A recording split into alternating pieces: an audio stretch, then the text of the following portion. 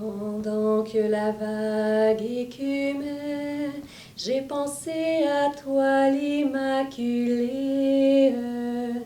Les flots du péché t'ont contourné, et des mains du Créateur tu es sortie comme une fleur immaculée.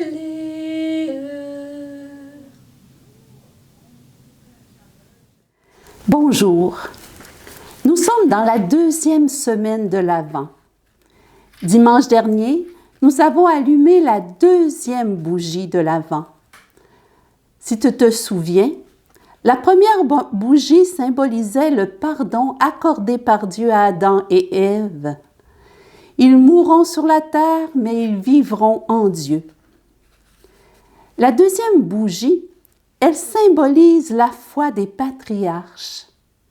Ceux-ci ont cru au don de la terre promise. Et aujourd'hui, en cette belle fête de l'Immaculée Conception de la Vierge Marie, comment ne pas nous émerveiller de la foi de Marie? Le texte de l'Évangile du jour nous traduit la foi de Marie. Sa foi se reconnaît à la manière dont elle accueille les événements. Les événements sont la façon dont Dieu vient à notre rencontre et vient parler à notre cœur. Marie, parce qu'elle est présente à Dieu dans l'instant présent, peut entendre la voix de Dieu à travers l'événement. Ici, à travers l'ange, le messager de Dieu.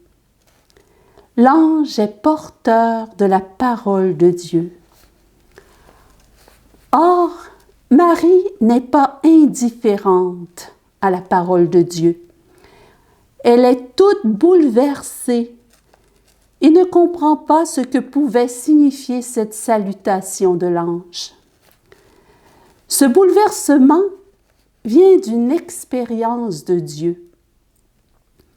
La foi naît justement d'une rencontre, d'une expérience de l'amour de Dieu pour moi.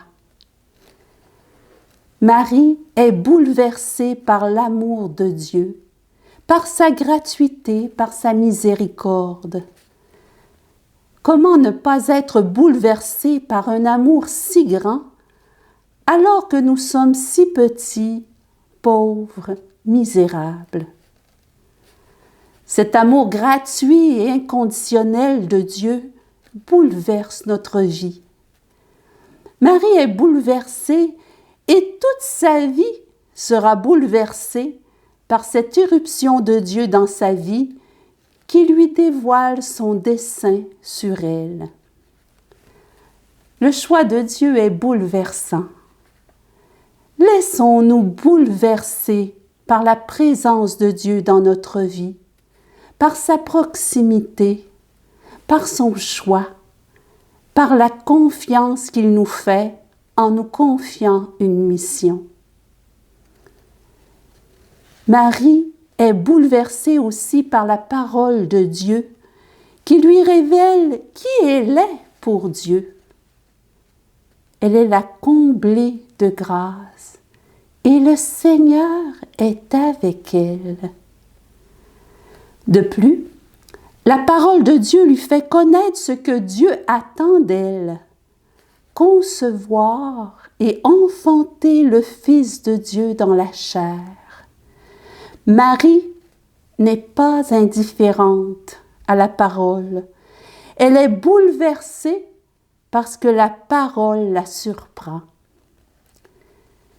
Mais Marie recherche la volonté de Dieu. Comment cela sera-t-il? L'intelligence de la foi se fait question, alors que la vie de foi est disponibilité à la volonté de Dieu. Marie cherche à ajuster sa vie à la volonté de Dieu sur elle, à son projet. Si Marie pose cette question, comment cela sera-t-il? C'est parce qu'elle cherche vraiment le projet de Dieu, sa volonté. Elle cherche ce que Dieu attend d'elle. L'ange l'invite à faire confiance à l'Esprit Saint. Ce qui n'est pas possible pour l'homme est possible pour Dieu. Ainsi, tout est possible à celui qui croit. Pour réaliser la volonté de Dieu, nous avons besoin de l'Esprit Saint. N'hésitons pas à demander son secours. Ainsi, Dieu, à travers l'événement, fait connaître sa volonté. Quelle sera ma réponse au désir du Seigneur sur moi? Marie n'hésite pas. Elle s'abandonne au vouloir divin. Que tout m'advienne selon ta parole. Elle dit oui à la volonté de Dieu sur elle. Donner son oui, c'est obéir à la parole, à la volonté de Dieu. La foi est un don de sa propre personne. L'obéissance de la foi, c'est la façon de se livrer à l'amour.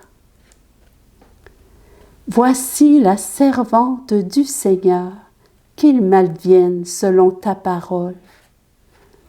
Comme la servante fait ce que le maître lui dit, pensons au centurion qui dit à Jésus, « Je dis à mon serviteur, fais ceci, et il le fait. » De même, Marie est la servante du Seigneur, et elle fait ce que le Seigneur lui dit. Sa foi devient obéissance à Dieu. Marie, apprends-moi à servir le Seigneur comme toi, dans une foi amoureuse. Amen.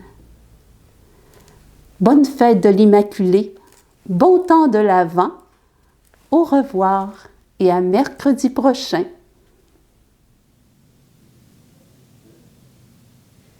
Pendant que la vague écumait, j'ai pensé à toi l'Immaculée. Les flots du péché t'ont contourné, et des mains du Créateur tu es sortie comme une fleur immaculée.